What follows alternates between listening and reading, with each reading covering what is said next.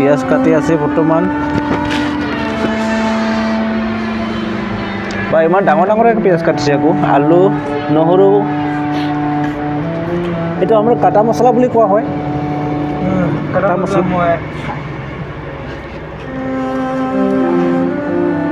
এইটো ইয়ং শাক বুলি কোৱা হয় ইয়ং শাক বুলি কোৱা হয় সেইটো মাংসৰ লগত বনাম তাৰমানে হা মাংসৰ লগত মাংসই ইয়াতে আছে প্লাষ্টিক লৈ আনিছোঁ 1.5 কিলো তেল হলদি কাটা মছলা ধুই আছে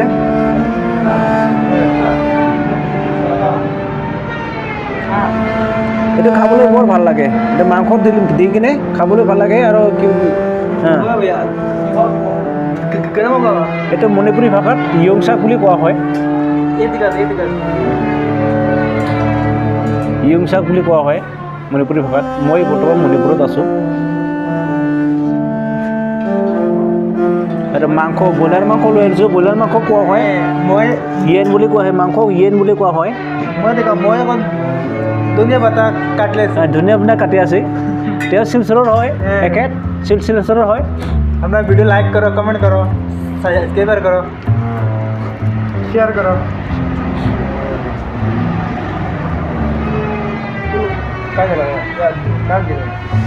হেল্ল'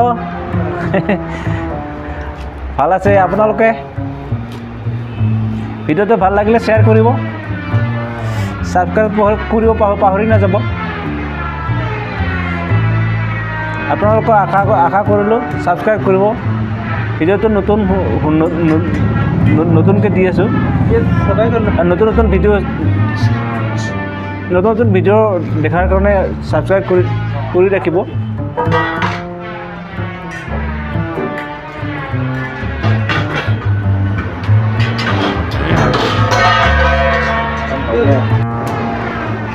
মাংসটো বনাই আছে এই যে মস্ত জুইত বনাই আছোঁ বা একবাৰ একদম জুই দেখাই নাযায় আকৌ